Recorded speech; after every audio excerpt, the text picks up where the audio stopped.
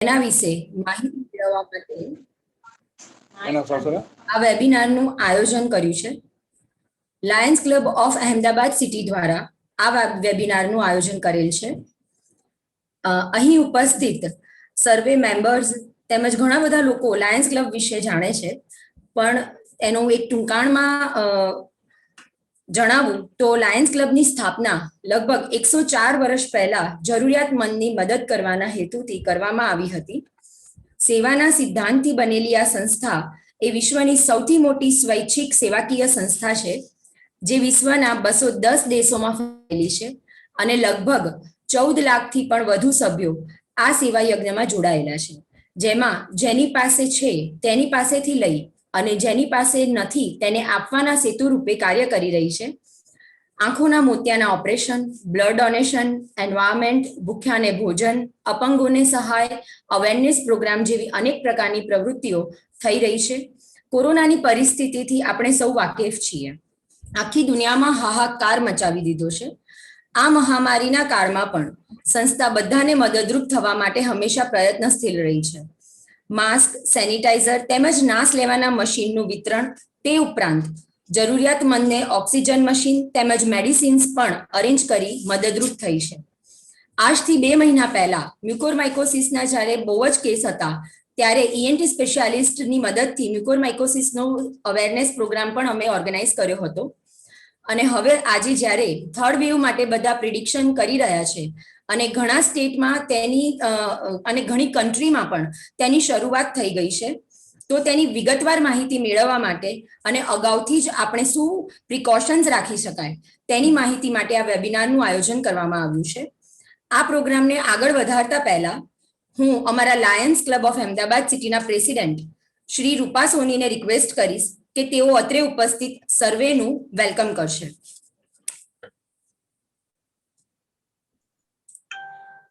Hello everyone, good morning, good evening.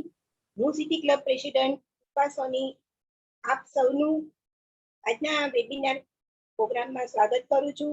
અમારા ખાસ district governor Devjibhai પટેલનું પણ સ્વાગત કરું છું.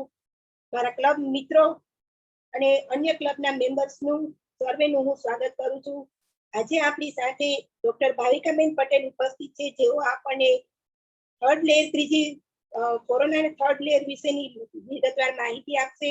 તો હું એમને વિનંતી કરીશ કે તેઓ અમને આ વિશે જાણકારી આપે અને એનાથી કઈ રીતે બચી શકાય, એના શું શું ઉપાયો છે એ વિશે આપણને માહિતગાર કરે.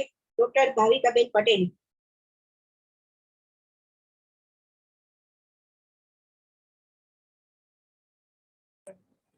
કોરોનાની ફર્સ્ટ વેવ તેમજ સેકન્ડ વેવ વિશે આપણે જાણીએ છીએ.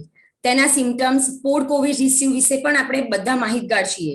હવે જ્યારે થર્ડ વેવની શરૂઆત બીજા સ્ટેટ અને કન્ટ્રીમાં થઈ ગઈ છે, તો તેના વિશે વિગતવાર માહિતી મેળવવા માટે આપણી વચ્ચે ડોક્ટર ભાવિકા પટેલ ઉપસ્થિત છે. ડોક્ટર ભાવિકા પટેલ અત્યારે આપણી પાસે સાથે સુરતથી જોઈન થયેલા છે. તેઓ ગાંધીનગર જિલ્લાના એપોલો હોસ્પિટલમાં first ladies qualified emergency physician છે. તેમણે MRCEMની ડિગ્રી યુકેથી મેળવેલી છે. 10 વર્ષથી ઇમરજન્સી ડિપાર્ટમેન્ટમાં HOD તરીકે ફરજ બજાવી રહ્યા છે, તેમજ મેડિકલના વેસ્ટ ઝોનમાં જોઈન્ટ સેક્રેટરી છે. અને હવે હું તેઓને રિક્વેસ્ટ કરીશ કે થર્ડ વેવ માટેની જાણકારી આપણને આપે. ડોક્ટર ભાવિકા પટેલ.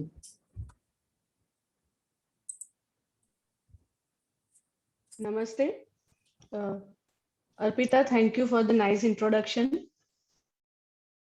મારો અવાજ બરાબર આવી રહ્યો છે? I hope મારો અવાજ આવે છે. હા, એકદમ આવી રહ્યો છે Bhavika. Okay. So thank you Arpita for nice introduction. Myself Dr. Bhavika Patel. હું ઇમરજન્સી ફિઝિશિયન તરીકેની ફરજ નિભાવી રહી છું. જ્યારે આજે આપણે બધા આ પ્લેટફોર્મ પર ભેગા થયા છીએ ડિસ્કસ કરવા, માહિતી મેળવવા અને અવેરનેસ લાવવા માટે કે કોરોનાની ત્રીજી લહેર આવી રહી છે, તો આપણે આપણા સંબંધીઓ, સગાવાલાઓ, બાળકોને એનાથી કેવી રીતે પ્રોટેક્શન આપી શકીએ અને કેવી રીતે એને આવતી અટકાવી શકીએ. અને અગર જો એ અટકાવ્યા વગર અગર આપણે એને ફેસ કરીએ છીએ તો કઈ કઈ કાળજી રાખી શકીએ. આપણે અગર ટીવીમાં યા ન્યૂઝમાં યા સોશિયલ પ્લેટફોર્મ પર વોટ્સએપમાં જે બી માહિતી જોઈએ છે, અગર જનરલી તમે જુઓ તો બહુ બધા અનુમાન, બહુ બધા રિસર્ચ ચાલી રહ્યા છે, જેમાં તમને લાગશે કે એન્ડ ઓફ ઓગસ્ટમાં થર્ડ વેવ આવી રહી છે, ડેલ્ટા વેવ આવી રહ્યો, ડેલ્ટા વેરિયન્ટ આવી રહ્યો છે, ડેલ્ટા પ્લસ વેરિયન્ટ બી આવી ગયો છે. અમુક રિસર્ચમાં એવું કહે છે કે નવેમ્બર એન્ડ સુધી બી આવશે અથવા જાન્યુઆરી ફેબ્રુઆરીમાં ત્રીજી લહેર આવી શકે છે.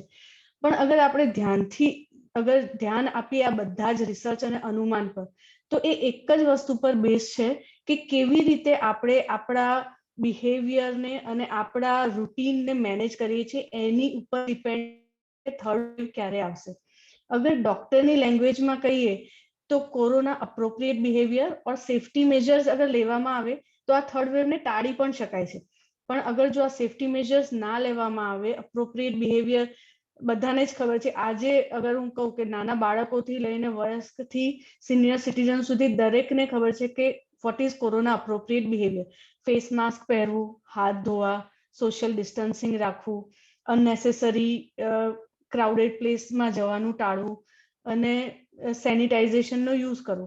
આ બધા જ એક અપ્રોપ્રિએટ બિહેવિયરમાં આવે છે. અગર આ વસ્તુને ફોલો કરવામાં આવે, અગર પ્રોપર રીતે એને સોશિયલ ડિસ્ટન્સિંગ જાળવીને આપણે કરીએ તો આ લહેરને ટાળી શકાય છે.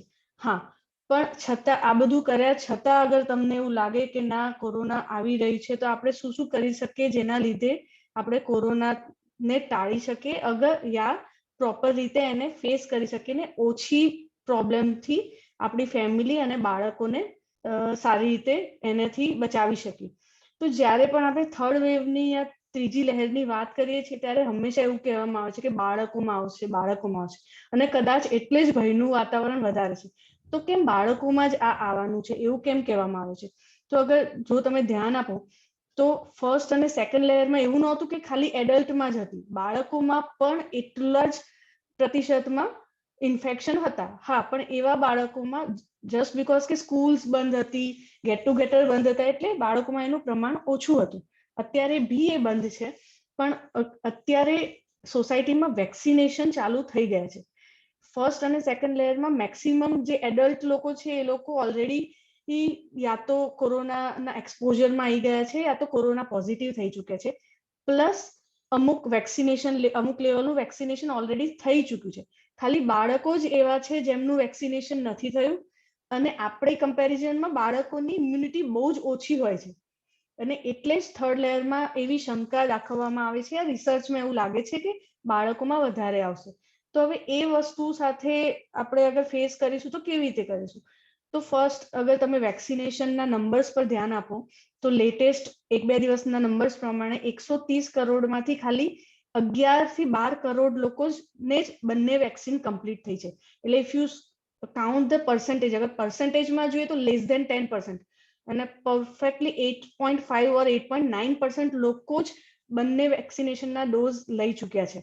અને અગર ફર્સ્ટ ડોઝ ગણીએ તો 50 કરોડ એટલે કે અરાઉન્ડ 30-40% લોકોને સિંગલ ડોઝ મળ્યો છે.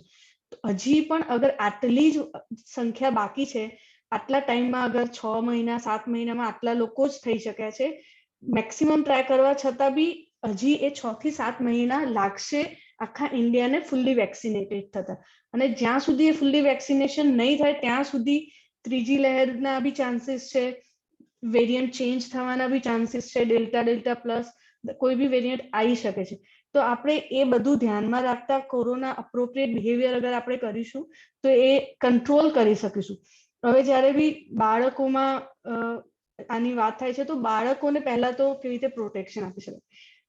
અત્યારે બીકોઝ આપણે આ ક્લબમાં મેમ્બર છે એટલે એવું કહેવું તો બહુ ખરાબ હશે કે ફૂડ અને પાણીનું ધ્યાન રાખવાનું, એ તો જનરલી બધા રાખે છે, પણ બાળકોમાં સ્પેશિયલી ફિલ્ટર વોટરને બી ઉકાળીને આપવું જોઈએ, સ્પેશિયલી આ સિઝનમાં જ્યારે વરસાદની સિઝન છે, ડાયરિયા વોમિટિંગ બહુ જ છે, તો ઉકાળીને આપો તો બાળકોનું મતલબ હેલ્થ સારી રહેશે અને એમને નાની મોટી બીમારી પણ નહીં થાય. કારણ કે જ્યારે નાની મોટી બીમારી થાય છે ત્યારે પણ આપણી ઇમ્યુનિટી ડાઉન જાય છે. તો જ્યારે એ ઇમ્યુનિટી ડાઉન જશે અને નિયર બાય કોઈ કોરોનાનું પેશન્ટ હશે તો એને કોરોના થવાના ચાન્સીસ વધી જશે, કારણ કે એની બોડીની ઇમ્યુનિટી ઓવરઓલ લો છે. જ્યારે પણ તમે કોઈ બી નવા વાયરસ બેક્ટેરિયા સાથે એક્સપોઝ થાવ છો ત્યારે જ તેની ઇમ્યુનિટી તમારામાં ડેવલપ થાય છે. અત્યારે કોરોનાની લહેરમાં બધાને ધ્યાન છે કે કાઢા પીઓ, ગરમ પાણી પીઓ, રાતોરાત કોઈ નવી ઇમ્યુનિટી નથી આવવાની. હા, એનાથી શું થશે, જે રિસેન્ટ જે ડિસીઝ છે, વાયરસ, નાના મોટી બીમારી છે, એની સામે તમને પ્રોટેક્શન મળશે, એટલે તમારી બોડીની ઇમ્યુનિટી લો નહીં થાય અને એની સામે તમને કોરોના સામે લડવાની હિંમત આપશે. રાતોરાત કોઈ કોરોનાની અગેન્સ્ટ ઇમ્યુનિટી નહીં આવે જ્યાં સુધી કોરોના તમને નહીં થાય યા તો તમે વેક્સિન નહીં લીધી હોય. તો ફર્સ્ટ થિંગ, ગેટ વેક્સિનેટેડ. દરેકે વેક્સિન લઈ લેવી જોઈએ.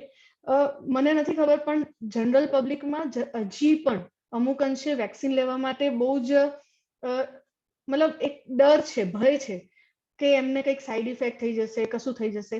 કોરોના વેક્સિનની એવી કોઈ મેજર સાઈડ ઇફેક્ટ નથી. હા, કોરોના વેક્સિન નહીં લીધી હોય અને જો તમને કોરોનાનો એક્સપોઝર થયો તો એની ઇફેક્ટ્સ બહુ જ ખરાબ છે, કારણ કે જો વેક્સિનેટેડ હશો તો કોરોનાના લક્ષણો બહુ જ કંટ્રોલમાં રહેશે. નોર્મલ શરદી ખાંસી કે 1-2 દિવસના તાવ પછી એ કંટ્રોલ થઈ જશે. તમારે કોઈ પણ કેસીસમાં હોસ્પિટલાઇઝ નહીં થવું પડે યા ઓક્સિજનની જરૂરિયાત નહીં છે. એવું નથી કે ગેરંટી છે, હા, પણ 80 to 90% કેસીસમાં ઇટ ઇઝ પ્રિવેન્ટેબલ. તો વેક્સિન લેવાના ફાયદા જ છે, એનું કોઈ નુકસાન નથી. તો તમારે બધાએ ફૂલ્લી વેક્સિનેશન લઈ લેવું જોઈએ. અને એ બી સ્પેશિયલી એ લોકો જે હાઇપરટેન્સિવ છે, ડાયાબિટીક છે, કોઈ હૃદય કિડનીની બીમારી છે, અસ્થમા છે, શ્વાસની બીમારી વાળા લોકોએ બહુ જ ધ્યાન રાખવાની જરૂર છે, કારણ કે કોરોના ફર્સ્ટ તમારી રેસ્પિરેટરી સિસ્ટમ એટલે કે શ્વાસ ને ફેફસાને જ અફેક્ટ કરે છે અને પછી પ્રોગ્રેસિવલી અગર એ કંટ્રોલમાં ના આવે તો હૃદય, કિડની અને બીજા બધી સિસ્ટમને બી એ કરે છે. હવે આપણે બાળકોની વાત કરતા હતા, તો બીકોઝ ઓફ કોરોના તમારે બાળકોની જે રૂટીન રેગ્યુલર વેક્સિનેશન છે એને બંધ કરવાની જરૂર નથી. ટોક ટુ યોર પીડિયાટ્રિશિયન, તમારા પીડિયાટ્રિશિયન જોડે વાત કરો અને એમની રેગ્યુલર વેક્સિનેશન પણ અપાવો. એ ભૂલશો નહીં કે કોરોનાની સાથે સાથે એમની નોર્મલ સિઝનલ બીમારી સામે પણ એમને રક્ષણ જોઈએ છે. બીજી બીમારીઓ તો છે જ. અત્યારે આપણું બધું ધ્યાન કોરોના તરફ ડાયવર્ટ થઈ જાય છે, એટલે આપણે ધ્યાન નથી આપી શકતા કે બીજી બીમારીઓ એ તો આપણી સોસાયટીમાં છે જ, એટલે એની સામે પણ એને પ્રિવેન્શન જોઈશે. તો નોર્મલ વેક્સિનેશન એનો સ્ટોપ નહીં કરશો. બીજી વસ્તુ એ છે કે દરેક બાળકને યરલી ફ્લૂ શોટ તમારા પીડિયાટ્રિશિયન જોડે વાત કરીને ફ્લૂનો શોટ અપાવો. જે સિઝનલ ફ્લૂ હોય, સ્વાઇન ફ્લૂ હોય, એ બધાની સામે કવરેજ આપશે અને એનાથી બી એની બ્રીથિંગમાં સારું રહેશે, ઇમ્યુનિટી સારી રહેશે. અને એવા બાળકો જેમને અસ્થમાની પ્રોબ્લેમ છે નાનપણથી યા જે જલ્દી બીમાર થઈ જાય છે, જેમના વજન નોર્મલ કરતા ઓછા છે, પ્રીમેચ્યોર, એમને ખાસ ધ્યાન રાખવાની જરૂર છે અને ખાસ તમારા પીડિયાટ્રિશિયન જોડે વાત કરો. અગર તમે અવોઇડ કરી શકો, મારા હિસાબે તો કરવું જ જોઈએ, પણ અગર અનઅવોઇડેબલ કન્ડિશનમાં પણ જો તમે બાળકોને ક્રાઉડેડ પ્લેસમાં ના લઈ જાઓ તો એ વધારે સારું છે. મતલબ જે ઇમ્પોર્ટન્ટ ના હોય એવી જગ્યાએ એમને લઈ જવાનું અવોઇડ કરો. તમે પણ અવોઇડ કરો અગર એ બહુ જ ઇમ્પોર્ટન્ટ ના હોય. ઓનલી ઇમ્પોર્ટન્ટ કામ માટે જ ઘરેથી બહાર નીકળો. નો ડાઉટ અગર અત્યારે આપણે વાત કરીએ તો ગુજરાતમાં ઇન્ડિયામાં પણ કોરોના ઓછો છે પણ નહિવત નથી. મતલબ એકદમ બંધ નથી એવું નથી. એટલે તમને નથી ખબર કયું કોરોના પેશન્ટ તમને ક્યારે કોન્ટેક્ટમાં આવશે ને ક્યારે તમને એના symptoms yeah infection pass on કરી શકે છે. તો હંમેશા ધ્યાન રાખો અને અનનેસેસરી સગાવાલાઓને બોલાવવાનું કે ત્યાં જવાનું બી ટાળો. અને સ્પેશિયલી અગર ઘરમાં કોઈ માંદું છે, બીમાર છે યા કોઈ સગાવાળું જે બહારથી આવ્યું છે બીમાર છે તો તમારા ચાઇલ્ડને એનાથી આઇસોલેટ કરો. એટલીસ્ટ ચાઇલ્ડને તમે દૂર રાખો તો ડાયરેક્ટ કોન્ટેક્ટમાં નહીં આવે અને ચાઇલ્ડ વિલ બી સેફ. હવે આપણે બાળકોથી કર્યું છે એનો મતલબ એવું નથી કે એડલ્ટમાં નથી થવાનું. એડલ્ટમાં પણ થવાનું છે. અગર તમે વેક્સિનેશન નથી લીધી, અગર તમારી ઇમ્યુનિટી લો છે, તમને કોઈ ડિસીઝ છે તો તમને કોરોના થવાના ચાન્સીસ મેક્સિમમ છે. તો હવે એ કેસીસમાં બધાને ખબર છે કોરોના અપ્રોપ્રિએટ બિહેવિયર પ્રમાણે તમારે બધું કરવું જોઈએ. છતાં પણ અગર તમને કોરોના થાય છે તો ડીલે કર્યા વગર જલ્દી ટ્રીટમેન્ટ સ્ટાર્ટ કરો. જલ્દી તમારા ફિઝિશિયનને કોન્ટેક્ટ કરો. જેટલી જલ્દી ટ્રીટમેન્ટ ચાલુ થશે એટલી જલ્દી રિકવરી આવશે. જેટલું ડીલે કરશો એટલી તમારી રિકવરી ડીલે થશે અને પોસ્ટ કોવિડ કોમ્પ્લિકેશનના ચાન્સીસ વધી જશે. હવે જ્યારે આપણે પોસ્ટ કોવિડ કોમ્પ્લિકેશનની વાત કરીએ છીએ તો તમારે ધ્યાનમાં રાખવું જોઈએ કે પોસ્ટ કોવિડ કોમ્પ્લિકેશનમાં એડલ્ટ્સમાં મોસ્ટ કોમન જે છે એક હાઇપરટેન્શન છે, ડાયાબિટીસ છે. હું એવા લોકોની વાત નથી કરતી જેમને પહેલેથી જ ડાયાબિટીસ કે હાઇપરટેન્શન છે. હું એવા લોકોની વાત કરી રહી છું જે યંગ છે, એમને કોઈ જાતની બીમારી નથી but after becoming corona positive થયા પછી, ડિસ્ચાર્જ થયા પછી અગર તમે જુઓ તો રિસર્ચ પ્રમાણે એડલ્ટ્સમાં પણ, યુવાનોમાં પણ હાઇપરટેન્શન અને ડાયાબિટીસના રિસ્ક વધી રહ્યા છે. બહુ બધા લોકોને કોરોના પછી શ્વાસની બીમારી થઈ જાય છે. મતલબ કે અગર તમે થોડું બી ચાલો તો તમારો શ્વાસ ફૂલવા માંડે છે, તમને શ્વાસમાં તકલીફ પડે છે. તો એનું રીઝન, બહુ બધા રીઝન છે, પણ મોસ્ટ કોમન અને જે ડેડલી રીઝન કહેવાય કે જે તમારા જીવનું જોખમ વધારી શકે છે, એ છે માયોકાર્ડાઇટિસ. મતલબ કે હૃદયની વોલને ઇન્ફ્લેમેશન કરીને અને હૃદયને પહોળું કરી નાખે છે. અને અમુક કેસીસમાં રિવર્સિબલ છે કે 1 વર્ષ, 6 મહિના કે 2 વર્ષે ધીરે ધીરે નોર્મલ થશે, પણ અમુક કેસીસમાં ઇટ ઇઝ ઇરિવર્સિબલ. અને અગર તમે કોરોનાથી કદાચ બચી જાઓ, પણ આ વસ્તુ અગર તમને લાઈફ લોંગ હેરાન કરે તો it is very difficult to manage afterwards. કારણ કે ultimately it is hampering your lifestyle. એ તમારી રૂટીન, રોજિંદા જે છે કામ, એમાં ડિસ્ટર્બન્સ કરે છે. હવે બહુ બધા કેસીસ અમે લોકોએ સેકન્ડ લેયર વખતે જોયા હતા કે જનરલી ફર્સ્ટ લેયરમાં કેવું હતું કે પહેલા 5, 7, 10 દિવસ નીકળી જાય પછી બધા નોર્મલ થઈ જતા હતા. પણ સેકન્ડ લેયરમાં કેવું કે 10 દિવસ પછી નોર્મલ થઈ જાય, પણ અગર તમે એમના રિપોર્ટ 14મા દિવસે, 15મા દિવસે કરાવો તો અમુક પેશન્ટોમાં શ્વેતકણ, જે પ્લેટલેટ કહીએ છીએ, એ ઘટવાના ચાલુ થઈ જાય અને લોહી જાડું થવાના. જે હવે તો મોસ્ટલી બધાને ખબર છે કે ડી ડાયમર, સીઆરપી રિપોર્ટ્સ બધાને બાય વર્ડ્સ યાદ છે. તો ડી ડાયમર વધવા માંડે છે અને શ્વેતકણ, પ્લેટલેટ ડાઉન થવા માંડે છે.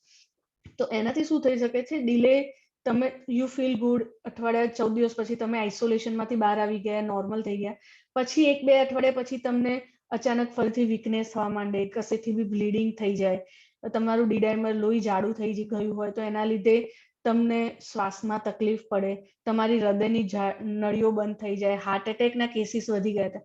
અને અગર તમે હોસ્પિટલમાં કે કોઈ ડોક્ટરને રિસર્ચ જોશો તો પોસ્ટ કોરોના, જે લોકોને કોરોના થયો હતો, after discharge within 1 month or 2 month એ લોકો યા તો હાર્ટ એટેક યા તો પેરેલિસિસના લકવાના મતલબ લક્ષણો દેખાયા હતા, યા તો લકવાના ભોગ બન્યા હતા. મતલબ કે એમને બ્રેઇન હેમરેજ યા બ્રેઇન પેરાલિસિસ અને એ બધા કેસીસ વધી ગયા હતા. કારણ કે 10-15 દિવસ પછી આપણે નોર્મલ ફીલ કરીએ, રિપોર્ટ રિપીટ ના થાય, તમારા ફિઝિશિયન, અત્યારે એટલા બધા ડોક્ટરો બિઝી છે કે રૂટીન ફોલોઅપ ના થાય, અને એના લીધે આ બધી કોમ્પ્લિકેશનો, number of complication second specially પછી બહુ ધ્યાનમાં આવી હતી. અને બાળકોમાં અગર તમે જુઓ કોમ્પ્લિકેશન, તો MISC, multi system inflammatory syndrome in childrens, or PIMS, paediatric inflammatory multi system syndrome. તો બાળકોમાં બહુ બધા બાળકો એવા જોવામાં આવ્યા હતા કે જેમને કોઈ સિમ્ટમ જ નથી. ફેમિલીમાં કોઈ પોઝિટિવ થયું છે, એ કોન્ટેક્ટમાં આવ્યા છે અને એમના લીધે બાળકો પોઝિટિવ થયા છે, પણ કોઈ સિમ્ટમ નથી, તો કોઈ રિપોર્ટ નથી કર્યા, અને they are all right after મતલબ after days, 4-5 days normal symptom કોઈને આવ્યા છે, યા તો without symptom they were fine, એ લોકો બધા બરાબર હતા. પણ પછી મહિના પછી બાળકોને હાઈગ્રેડ ફીવર, જે દવાથી બી ના ઉતરે એવો ફીવર આવે.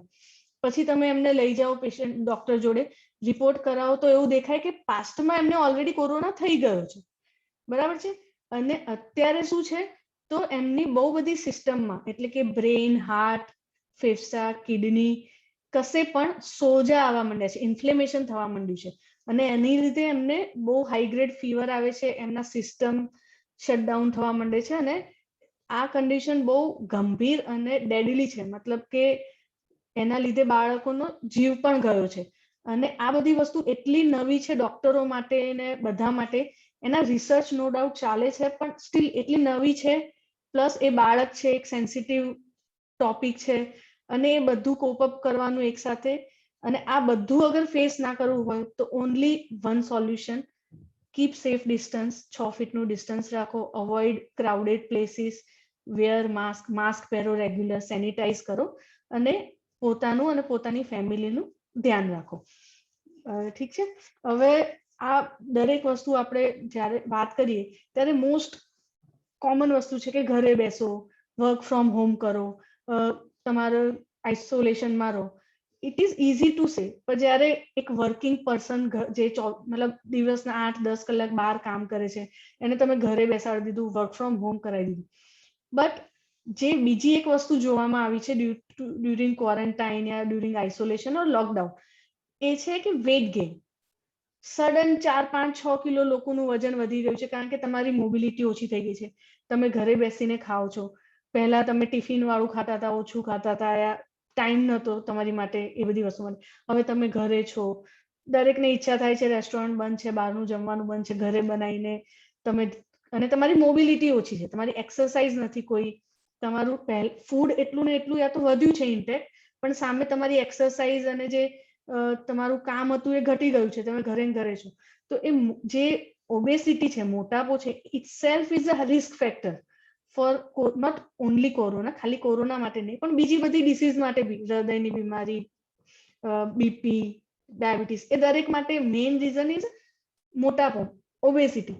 તો તમારે ડાયટ અને એક્સરસાઇઝ પર પણ એટલું ધ્યાન આપવાની જરૂર છે.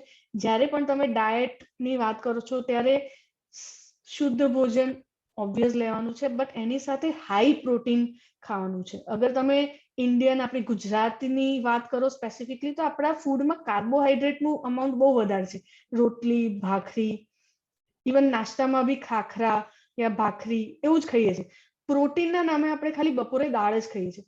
તો તમારે ધ્યાન રાખવાની જરૂર છે કે થોડું પ્રોટીન ઇન્ટેક વધારો, કઠોળ ખાઓ એક્સ્ટ્રા, મતલબ બાફેલા મગ, ચણા, જે બી પ્રોટીનનો સોર્સ તમને જે બી લાગે, પનીર ખાઓ, એ બધું ખાવું જોઈએ અને હાઈ પ્રોટીન લેવું જોઈએ. પણ હા, જેને કિડનીનો પ્રોબ્લેમ છે, જેને યુરિક એસિડ હાઈ રહે છે, યા જેને ગાઉટનો પ્રોબ્લેમ છે, આ બધા લોકો એમના ડોક્ટરને પૂછીને જ ખાવું જોઈએ. એમના માટે high protein diet is not good.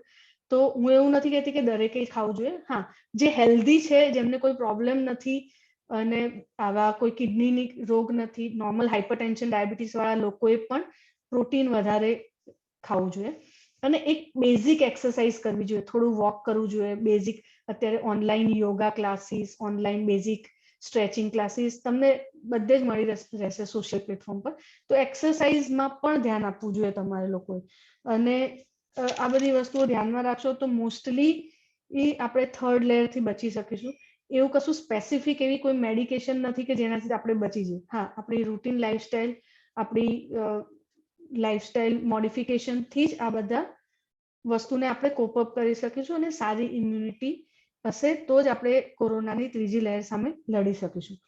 હવે જ્યારે પણ આપણે આ બધી જ વાત કરીએ ત્યારે તમારી પાસે મિનિમમ તમારા બાળકો માટે પીડિયાટ્રિશિયનનો કોન્ટેક્ટ ડિટેલ, તમારા માટે ફેમિલી ફિઝિશિયનના કોન્ટેક્ટ ડિટેલ્સ, અને તમારી એરિયાની અરાઉન્ડ કઈ કઈ હોસ્પિટલ છે જ્યાં ઓક્સિજન ફેસિલિટી અવેલેબલ છે, ઇમરજન્સી કન્ડિશનમાં એમ્બ્યુલન્સના નંબર 108 છે, પણ બધાને જ ખબર છે એ ટાઈમે 108 અવેલેબિલિટી પણ બહુ જ ડિફિકલ્ટ હતી. તો અગર કોઈ પ્રાઇવેટ એમ્બ્યુલન્સ છે યા પ્રાઇવેટ કોઈ બી વસ્તુ કે જેમાં ઇઝીલી તમે જઈ શકો અને અપ્રોચ કરી શકો મેડિકલ હેલ્પ માટે, એ હોવું જોઈએ. અગર તમે અનઅવોઇડેબલ કન્ડિશનમાં કશે ટ્રાવેલ કરી રહ્યા છો તો એ એરિયાના બી emergency contact detail, hospital details તમારે લઈ લેવા જોઈએ. અને સ્પેશિયલી જ્યારે બાળકો સાથે કરી રહ્યા છો તો મેક શ્યોર તમારા પીડિયાટ્રિક તમારા જોડે સિંકમાં હોય યા ત્યાં કોઈ એવું માણસ હોય જે તમારી જોડે સિંકમાં હોય જે એમને હેલ્પ કરી શકે. તો આ જ બેઝિક વસ્તુ છે, એમાં કોઈ રોકેટ સાયન્સ નથી. તમે અગર થોડી corona appropriate behaviour, safety measures રાખશો અને તમારી લાઈફસ્ટાઈલ મોડિફિકેશન કરશો, વેક્સિનેટેડ થશો, તો તમે તમારું, તમારા સગાવાલા, ફેમિલી, બાળકો દરેકનું ધ્યાન રાખી શકશો. Thank you.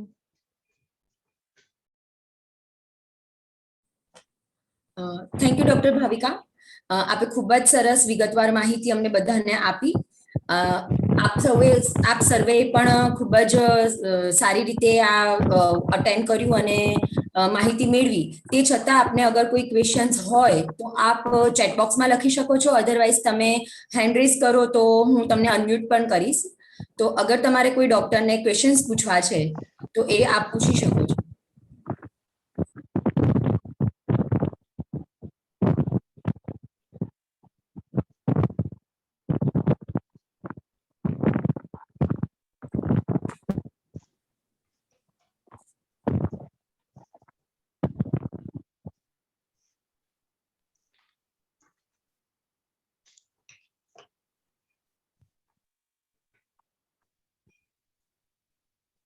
કુનાલ, Yes. તમે ક્વેશ્ચન પૂછી શકો છો.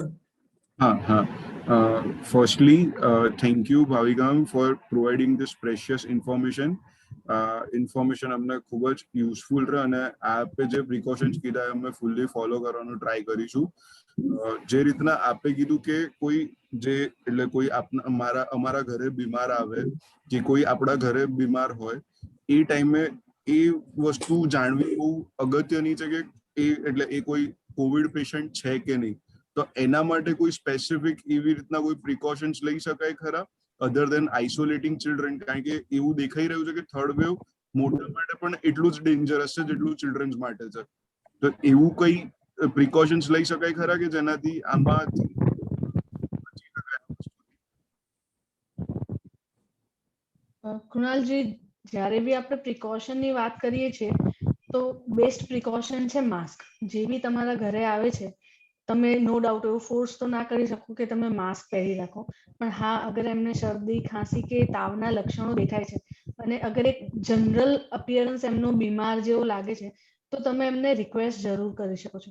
અને બીજી વસ્તુ જે કોમન છે અને એના માટે તમારા ઘરમાં સિટિંગ અરેન્જમેન્ટ જ એવું કરો કે તમારા ગેસ્ટ તમારાથી 6 ફીટ દૂર બેસે, કે તમે એમની માટે જે સોફા સેટ છે એ થોડો દૂર રાખો, તમે લોકો થોડા દૂર.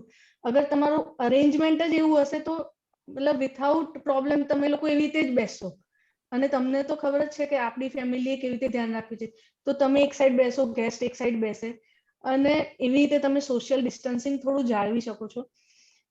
એમાં એવું તો છે નહીં કે તમે બધા એક જ જગ્યાએ બેસીને મતલબ જરૂરી નથી કે બાજુ બેસીને જ ગપ્પા મારો. અને તમે જ્યારે બી ગેટ ટુગેધર કરો છો તો અત્યારે એક જનરલ અવેરનેસ તો દરેકને જ છે કે અગર કોઈને શરદી ખાંસી છે, ભૂલથી બી કોઈ ખાંસી રહે છે નોર્મલમાં બી યા છીંક ખાઈ લે છે તો બી લોકો માસ્ક પહેરીને એનાથી દૂર જતા રહે છે. તો એ અવેરનેસ મારા ખ્યાલથી દરેકને છે. પણ હા, તમારું થોડું સિટિંગ અરેન્જમેન્ટ એવું હોય, યા તો તમે એમને એવી રીતે ઓનલી ટી યા તો સ્મોલ મતલબ હાઈ ટી માટે ઇન્વાઇટ કરો, નહીં કે ફૂલ ડિનર યા ફૂલ ડે પાર્ટી માટે. યા તો જ્યારે તમે ફૂલ ડે પાર્ટી માટે ઇન્વાઇટ કરો છો, મેક અ ફેશન કે યુ ચેક ધ ટેમ્પરેચર. એમાં મને નથી લાગતું કે અત્યારે કોઈને ખરાબ લાગે. અને હા, અમુક લોકો મજાકમાં લઈ બી લેશે, પણ ઠીક છે, એ આપણી પર્સનલ સેફટી માટે છે. એની માટે રૂડ થવાની મને જરૂર નથી લાગતી. થોડા પ્રિકોશન, થોડી સમજદારી, થોડી એડજસ્ટમેન્ટ, અને મેઇન તો તમે જેને ઇન્વાઇટ કરો છો યા જ્યાં જાઓ છો એ કેટલા સેન્સિટિવ છે તમને દરેકને ખબર જ હોય કે how they do take care એમની ખુદની યા તમારી. તો તમે એવી જગ્યાએ જવાનું રાખો યા એવાને જ ઇન્વાઇટ કરવાનું રાખો કે જે ખુદ કેરફુલ હોય એમના માટે, તમારા માટે, તમારા બાળકો માટે. તો અને તમારા જે રૂટીન ફ્રેન્ડ્સ છે એ રૂટીન ફ્રેન્ડ્સમાં મારા ખ્યાલથી દરેકની કન્ડિશન ખબર જ હોય છે. અને ધેન અનઅવોઇડેડ ગેસ્ટ માટે તો કોઈ સોલ્યુશન નથી. એ પછી દરેક 1 to 1. જેમ કે હું ડોક્ટર છું, હું લાસ્ટ 2 યરથી, if you say last February, કારણ કે લોકડાઉન માર્ચમાં થયું, પણ વી ડોક્ટર્સ ન્યુ કે આ બધું ચાલી રહ્યું છે અને આ બધું છે. તો લાસ્ટ ફેબ્રુઆરીથી હું કોઈના ઘરે નથી ગઈ, કોઈ મારા ઘરે નથી આવ્યું. અનફોર્ચ્યુનેટલી અમારી પાસે એટલો ટાઈમ પણ નહોતો કે અમે કશે જઈ શકીએ. પણ હા, મતલબ યુ અવોઇડ સર્ટેન થિંગ કે જેમાં તમારે આ બધું ફેસ કરવું પડે, સ્પેશિયલી બાળકો સાથે. હા, તમે લોકો જઈ શકો છો અને તમને એવું લાગે કે અનઅવોઇડેડ છે તો તમે એટલીસ્ટ ઘરે આવ્યા પછી તમારા બાળકો સાથે થોડી ડિસ્ટન્સ રાખો. અને આ બધું જ હું હજી રિપીટ કરું છું કે આ બધું કહેવું ઈઝી છે, કરવું થોડું ડિફિકલ્ટ છે. હા, પણ થોડી પ્રેક્ટિસથી, થોડી સમજદારીથી સિસ્ટમમાં લાવી શકાય છે. તમારા બાળકોને જ એ પ્રેક્ટિસ રાખો કે એ ખુદ જ 6 ફીટ ડિસ્ટન્સ રાખે. અને રૂટીન અગર તમે એવી રીતે ડેવલપ કરશો તો મારા ખ્યાલથી વાંધો નહીં આવે. Okay, thank you. ઓકે, તેજસભાઈ, તમારો પણ એક ક્વેશ્ચન હતો. થેન્ક યુ વેરી મચ ભાવિકાબેન, તમે બહુ સરસ માહિતી આપી છે. અને I will definitely thank our president, secretary and PP and રીતેશભાઈ. My question is like that કે થર્ડ વેવ માટે એવું કહેવામાં આવે છે કે નાના બાળકો માટે વધારે ડેન્જરસ છે. આપણે એના મેડિકલી તો આપણે ડૉક્ટર્સને પૂછી જ લેવાના, પણ એમના ક્વોરન્ટાઇન પીરિયડમાં એમને મેન્ટલી ડિપ્રેસ ન થાય અને એકલા રહેતા બાળકો શીખ્યા ના હોય ને છતાં જબરદસ્તીથી આપણે એમને એકલા રાખવા પડે ત્યારે એમને મેન્ટલી કઈ રીતે હેન્ડલ કરવા જોઈએ? સી બાળકોને મેન્ટલી હેન્ડલ કરવા is a toughest job in the world અગર અત્યારે કહીએ. સ્પેશિયલી એક તો એમનું સોશિયલાઇઝેશન એકદમ ઝીરો થઈ ગયું છે. સ્કૂલ નથી જતા, બહાર રમવા નથી જતા, ઘરમાં પણ એવું છે કે એક જ ઘરમાં રહીને એક રૂમમાં રહીને ઘરવાળાઓ સાથે રહીને એ લોકો કંટાળી જાય છે. કારણ કે એમનું એકદમ માઇન્ડ એકદમ એક વસ્તુથી બીજી વસ્તુ પર ઇઝીલી જમ્પ થઈ જાય અને એમને રૂટીન બહુ ફ્રિકવન્ટલી નવી નવી વસ્તુઓ જોઈએ અને આપણું એક સિસ્ટમ એડલ્ટ લોકોનું હોય ને આપણા કામમાં ડિસ્ટર્બન્સ કરે તો આપણે એમને ટાઈમ ના આપી શકીએ. પ્લસ અત્યારે મોબાઈલ એવી વસ્તુ છે કે બધા લોકો મોબાઈલમાં બિઝી છે, એમની સાથે ટાઈમ સ્પેર કરવા માટે કોઈ નથી.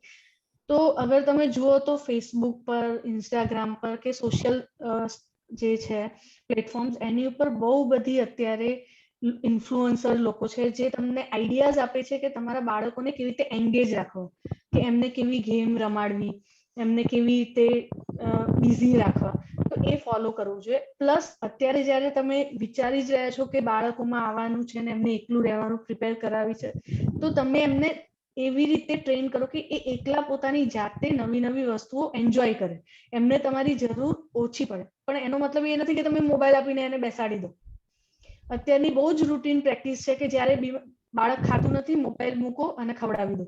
બાળક ઊંઘતું નથી, મોબાઈલ જુઓ, જોતા જોતા સુઈ જશે. બાળક બીમાર છે, મોબાઈલ આપીને એને એ 2-4 દિવસ કાઢ દો પછી ઓછું કરી દેજો. ના, સ્ક્રીન ટાઈમિંગ જે છે એ તમારે અત્યારથી જ લિમિટ કરવો પડશે. પ્લસ એમને એવી એક્ટિવિટી એમના રૂમમાં એમને પોતાનો રૂમ આપો. જનરલી આપણી ઇન્ડિયન જે ફેમિલીઝ છે એમાં એવું છે કે બાળક નાનપણથી જ માતા પિતા જોડે યા તો દાદા દાદી જોડે જ સૂતું હોય છે, તો એમને એમની પર્સનલ સ્પેસની વેલ્યુ જ નથી યા તો પર્સનલ સ્પેસ અવેરનેસ જ નથી. એટલે એમાં એક ખરાબ વસ્તુ નથી, ધીસ ઇઝ રાઈટ થિંગ જે આપણા મોટાઓએ આપણને શીખવાડી છે. પણ વડીલો હા, પાસે વડીલો પાસેથી આપણે શીખ્યા છે, એ બધું જ સાચું છે. પણ અત્યારની કન્ડિશન પ્રમાણે એમને થોડું પોતાની સ્પેસ, એમને ખબર હોવી જોઈએ આ મારો રૂમ છે, મારે અહીંયા ઊંઘવાનું છે, આ મારી વસ્તુ છે. એ જે ઓનરશિપ છે એ એમનામાં લાવવી જરૂરી છે. જોઈન્ટ ફેમિલીમાં ઇટ ઇઝ ડિફિકલ્ટ, બટ અત્યારે મારા ખ્યાલથી મોસ્ટલી બધા ન્યુક્લિયર ફેમિલીમાં છે, જોબ કરતા હોય છે અને ઇટ ઇઝ મતલબ અગર કરી શકે તો એમને ખૂણો આપો. એમનું અત્યારે ટેન્ટ હાઉસ બી બહુ સારા બને છે, એમને એક ટેન્ટ હાઉસ આપો જ્યાં એમનો ટાઈમ એમની રીતે સ્પેન્ડ કરે. જાતે જમવાની ટેવ પાડો, એમની ડાઇનિંગ ટેબલ પર એમની ચેર અલગ રાખો કે તારે અહીંયા જ જમવાનું છે, ગમે તે એમની પાછળ દોડીને નહીં જમાડો. એક સિસ્ટમ અગર તમે ડેવલપ કરશો એમનામાં તો they are very keen to learn અને ઇઝી ટુ ટીચ. કદાચ એડલ્ટ્સમાં કે વડીલોમાં તમે ટેવ ના બદલી શકો, બચ્ચાઓને તમે જે શીખવાડશો એ શીખી જશે. તો એમને અત્યારથી જ એવી ટેવ પાડો કે એ સેલ્ફ એન્ગેજ રહે, એમને એમની સ્પેસની વેલ્યુ હોય, એ એમની જગ્યાએ જ બધું કરે અને એવી રીતે 100% નથી થવાનું, પણ ટેવથી કદાચ એમને સુધરશે. એ વસ્તુમાં અગર તમે ફોરેન કન્ટ્રીમાં જુઓ તો એમની માટે અલગ બેડ નાનપણથી જ હોય કે ત્યાં જ જઈને સુડાવી દે મધર, બરાબર છે. એ કદાચ એમને અત્યારે હેલ્પફુલ રહેશે અને આપણે જે જોઈન્ટ ફેમિલીમાં છે કદાચ આપણને વધારે ડિફિકલ્ટ રહે. પ્લસ અટેચમેન્ટ, ઇમોશનલ અટેચમેન્ટ આપણા વડીલોનું બાળક જોડે ઓબ્વિયસ છે, બહુ જ રહેવાનું. અને બીમારીમાં પણ એમને છોડવાની જે હિંમત છે એ આપણા વડીલો નહીં જ કરી શકે. ભલે મને થઈ જાય પણ હું એની જોડે રહીશ. એ જે છે એ બદલવી મુશ્કેલ છે. એટલે હું એવું નથી કહેતી કે નહીં કરવી જોઈએ, પણ હા, થોડી ટેવ પાડીને બંનેનું હિત વિચારીને, રિસ્ક વર્સિસ બેનિફિટ વિચારીને જેમાં બેનિફિટ છે એ કામ કરવા જોઈએ. એટલે અત્યારથી આપણે 2-3 કલાક પર ડે એને સ્પેસ આપીને એકલા રહેવાનો ટ્રાય કરીએ તો કદાચ એક ચિંતાથી અથવા એ ડરથી બી એ કદાચ કોરોના માટે ધ્યાન બી આપશે અને પાછળથી કદાચ થાય તો એને વાંધો બી નહીં આવે. વાંધો થેન્ક નહીં યુ. આવે. યા. વેલકમ.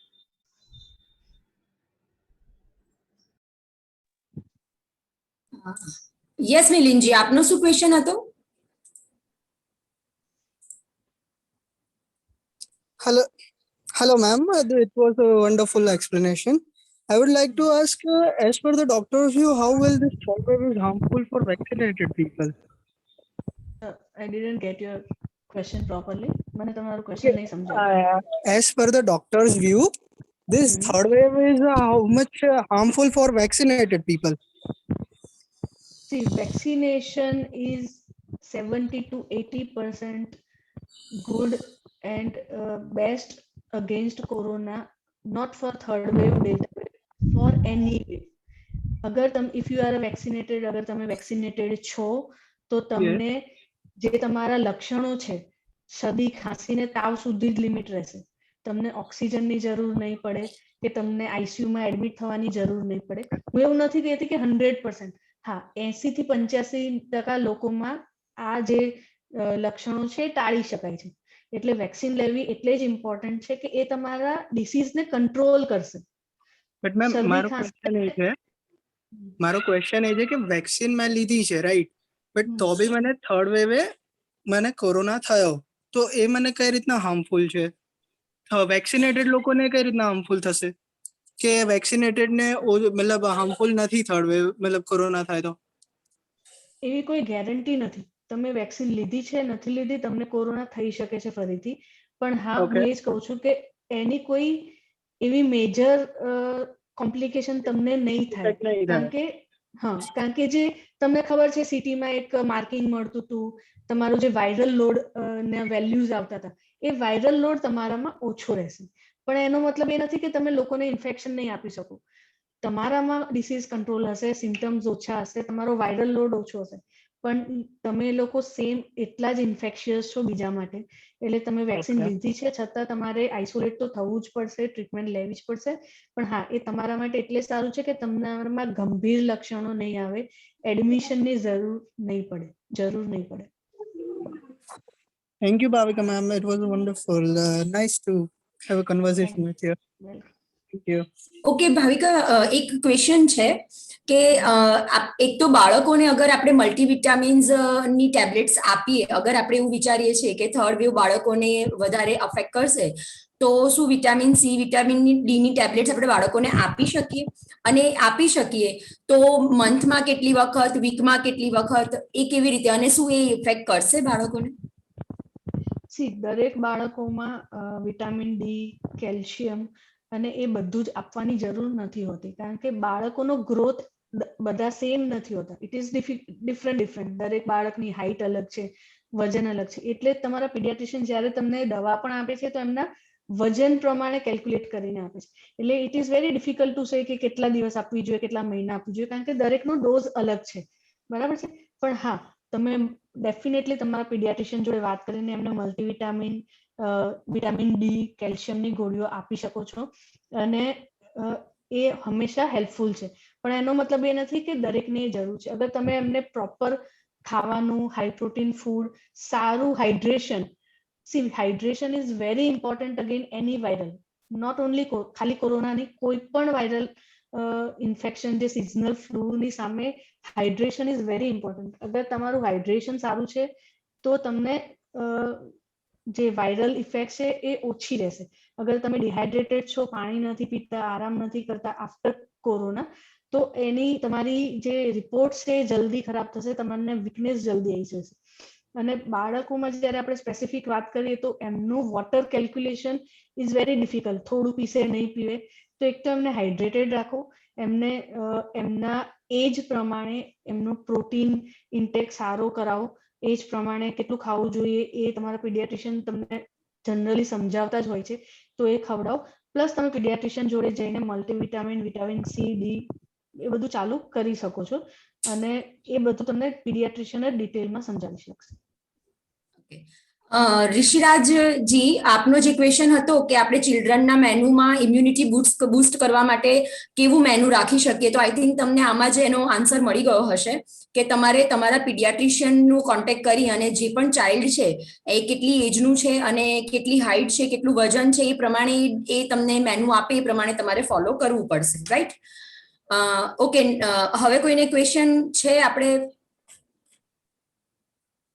વિવેકજી, આપના ક્વેશ્ચનનો આન્સર પણ આવી જ ગયો છે કે આપણે મલ્ટીવિટામિન્સ અને એ બધું કેટલા દિવસે કેટલી વખત અને મંથમાં કેટલી વખત લેવું જોઈએ, તો એ આપણને ડોક્ટર જ કહી શકશે.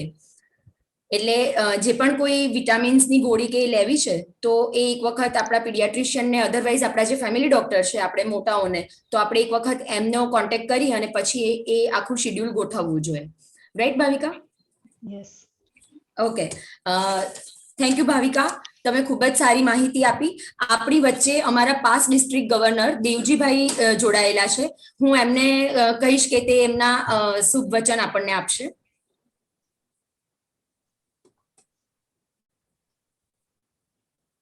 દેવજીભાઈ, આપનો અવાજ નથી આવી રહ્યો.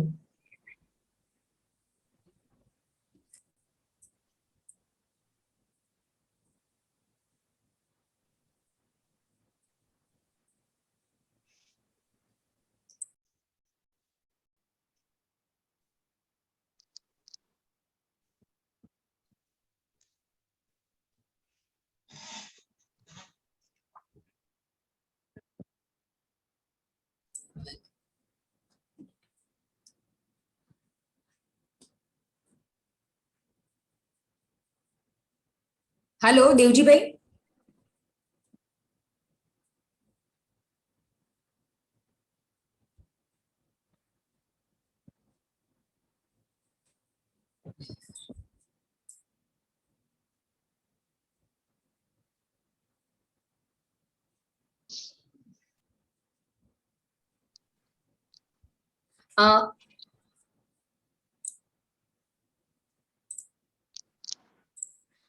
સોરી, આપણને દેવજીભાઈનો અવાજ આવી નથી રહ્યો.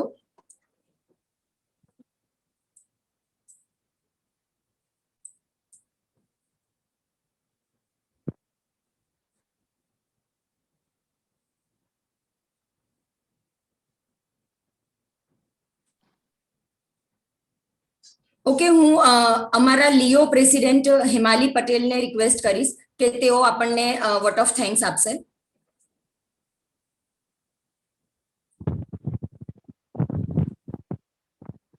અમારા લાયન્સ ક્લબ અને લિયો ક્લબ ઓફ અમદાવાદ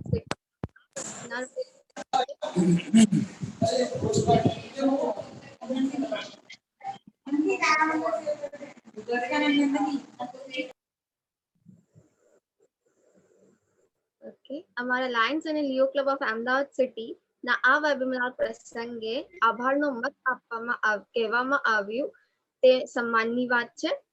અમારા ક્લબ અને સમગ્ર મેનેજમેન્ટ ગ્રુપ વતી આજના વેબિનારમાં અમારી સાથે સુંદર શબ્દો અને અગત્યની માહિતી વેચવા માટે તમામ વ્યક્તિઓનો હું ખૂબ ખૂબ આભારી છું. માનનીય અને આદરણીય ડોક્ટર ભાવિકાબેન અમને અગત્યની ઇન્ફોર્મેશન આપી, પોસ્ટ કોવિડ ઇમ્પેક્ટ બી સમજાયા, સેફટી મેજર્સ, પ્રિકોશન્સ કેવી રીતે રાખવા એની માહિતી આપવા હું આપનો ખૂબ ખૂબ આભાર વ્યક્ત પાઠવું છું.